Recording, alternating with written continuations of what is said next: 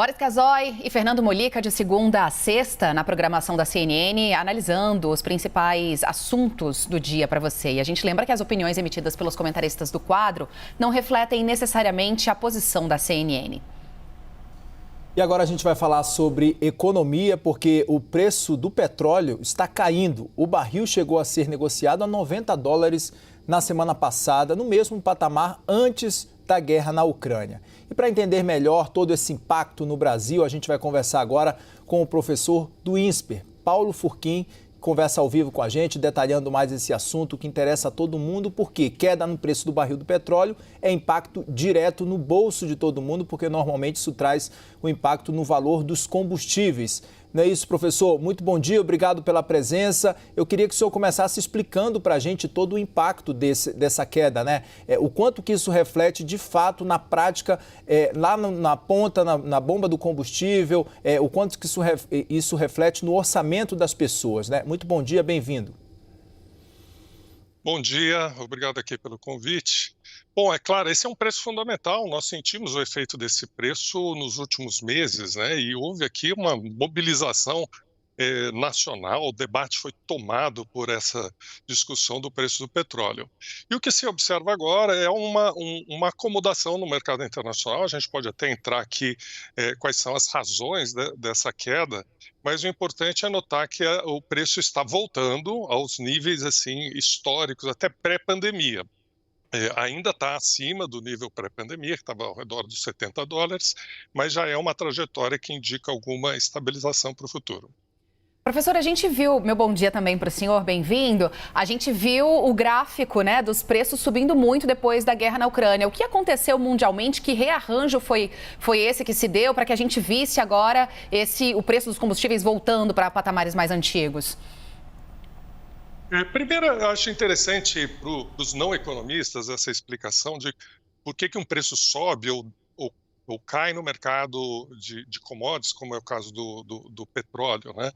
Ele tem ali um componente que é real, que é as compras e vendas daquele produto. E no caso da guerra da Ucrânia, houve um estrangulamento da oferta de petróleo e aquilo fez o preço subir. Mas ele também reage às informações sobre o que deve acontecer no futuro. É um componente que nós chamamos de especulativo. E até no bom sentido, as pessoas estão projetando para o futuro o que elas acham que deve acontecer com a demanda, né, real das trocas desse bem. E o que nós vemos agora são duas coisas que são projeções, são expectativas para o futuro. Tem dois elementos principais. O primeiro é, já acho que razoavelmente dito, na China tem tido um crescimento menor do que o esperado, então esse crescimento menor foi uma surpresa, o mercado reage precificando, né, o petróleo novamente, lembrando que a China é o maior consumidor de commodities de um modo geral, né, do mundo, então menor crescimento, menor consumo no futuro. E a outra coisa tem até a ver com a própria guerra da Ucrânia, né, isso levou a uma inflação grande, vocês estavam até anunciando há pouco essa inflação, né, que nós estamos tendo aqui no Brasil, mas não só no Brasil, no mundo inteiro. E os bancos centrais reagiram a essa inflação, elevando a taxa de juros. É um mecanismo que se tem para controlar a inflação. Mas essa elevação da taxa de juros leva a uma diminuição do crescimento da economia e, portanto, diminuição do consumo futuro de petróleo. Então, essa acomodação vem principalmente desses dois fatos, né? E é esperado assim, que aquele ciclo de alta tenha se interrompido.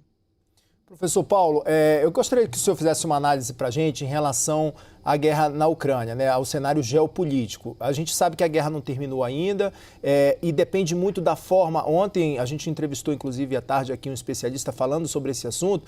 Ele abordou bastante isso. A preocupação não é quando a guerra termina, né, é de que forma essa guerra vai terminar, né? Isso vai traçar alguns rumos, isso vai traçar algum cenário. O que se vislumbra aí para o futuro, dependendo muito da forma como essa guerra vai terminar, professor? Olha, é assim, heróico tentar antecipar aqui qual que seria o desfecho da guerra, mas tem algumas coisas que nós já podemos afirmar com certeza e relativas a esse nosso assunto aqui, que é o mercado de petróleo, né?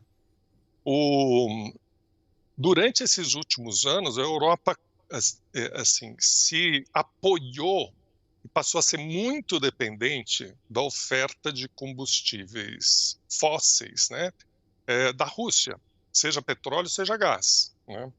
E essa eu entendo como uma mudança definitiva. Assim, a Europa tem agora um movimento rápido, um esforço muito grande de diminuir essa dependência dos combustíveis fósseis da Rússia, com até efeitos bastante positivos para um outro assunto, que é o assunto da sustentabilidade, aquecimento global, porque esse movimento está na direção de substituir combustíveis fósseis, né?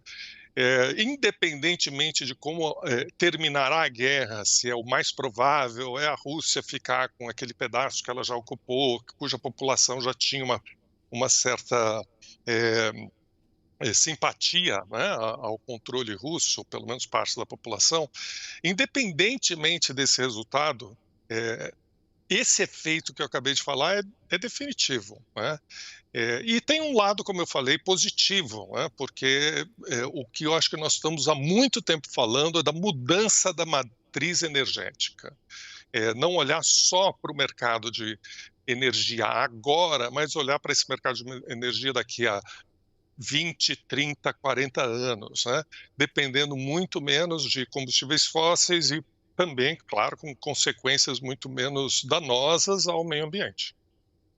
Professor, vou pedir agora para o senhor um olhar um pouco mais centralizado aqui no nosso mercado interno, né? Desde todo esse desarranjo aí com a guerra na Ucrânia, principalmente agora nesse ano de 2022, a gente teve algumas movimentações políticas na Petrobras, né? Com troca de comando na estatal, o novo presidente assumindo agora, muito favorecido também por esse mercado internacional, e a gente tem visto o preço do combustível cair. Dá para tirar algum aprendizado de tudo isso? Que olhar agora o Brasil teve com essa oscilação tão grande no preço dos combustíveis internacionais e o que a gente pode pensar para o futuro interno aqui? Bom, aqui eu acho que tem várias coisas interessantes. Uma é, de fato, né, a gente, se não me engano, houve 5 presidentes no espaço da Petrobras, no espaço de 1 ano e pouco, né? Parece o meu técnico de futebol, né, que troca com uma velocidade assim impressionante, sem uma mudança da política de preço da Petrobras. Então, houve mudança de 5 presidentes, mas de fato a política não mudou. O preço começou a se reduzir por 2 motivos. Um, porque o petróleo está caindo no mercado internacional, o próprio dólar também teve um ajuste e houve uma mudança de impostos, né?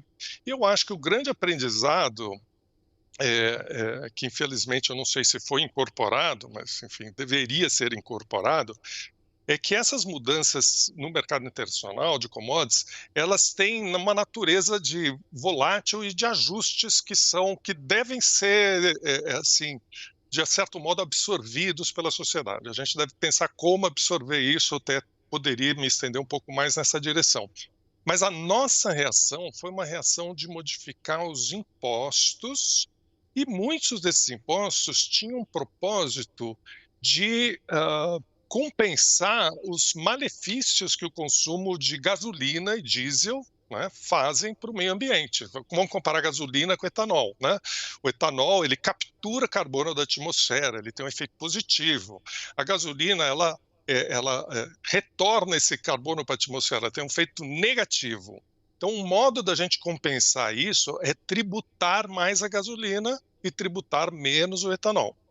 Nós acabamos fazendo uma política aqui para lidar com a crise da guerra, que foi assim, olha, consumam mais gasolina, né? Vamos diminuir a tributação de gasolina, consumam mais gasolina, tem um efeito também negativo na nossa trajetória de tornar a nossa matriz energética mais limpa.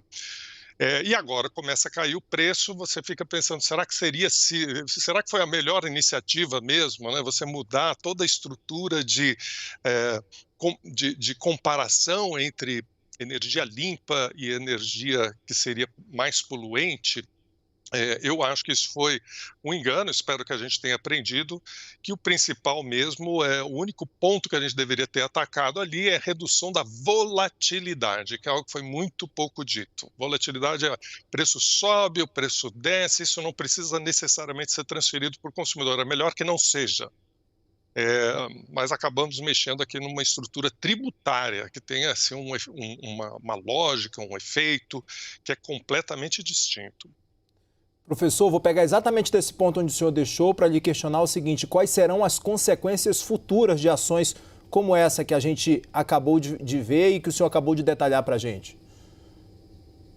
Olha, a consequência é que o consumo de energias renováveis, né, ele que vinha crescendo, é natural que viesse, mas que deveria, acho que esse é o entendimento geral, ser acelerado, ser objeto de uma política mais intensa para que a gente participe mais ativamente desse esforço global, né, de ter endereçar de fato esse problema do aquecimento global. Essa trajetória toda e essa política tão importante, elas foram assim deixadas de lado, né? Foram deixadas de lado. A consequência é que a nossa taxa de emissão de carbono fica maior porque nós estamos tributando menos, estamos deixando mais barato, estamos estimulando as pessoas na sociedade a consumirem esses combustíveis fósseis, né? Quando a gente deveria fazer o oposto, né? Então, essa é uma consequência que eu diria negativa. E veja assim que do ponto de vista, outro lado dessa história que é do ponto de vista fiscal, a gente está simplesmente trocando quem está pagando a conta, né? Então, assim, o proprietário de um veículo que usa gasolina, esse está sendo subsidiado, enquanto o pagador de impostos, né, vai ser relativamente mais onerado, né, no pagador de impostos de outros impostos que não, obviamente, o da gasolina, né, então, assim, para pagar as contas públicas e tal. Então tem ali, acho que foi uma medida, eu diria, muito mais movida pela conjuntura, sobretudo a conjuntura eleitoral, do que pensar de fato o longo prazo do Brasil. Veremos os resultados e as consequências disso, professor. O senhor é sempre muito bem-vindo para debater aqui com a gente sobre todos esses desdobramentos. Nós conversamos com Paulo Forquim, que é economista e professor do INSPER. Mais uma vez, obrigada. Muito bom dia para o senhor. Bom dia, obrigado pelo convite. Até a próxima, professor.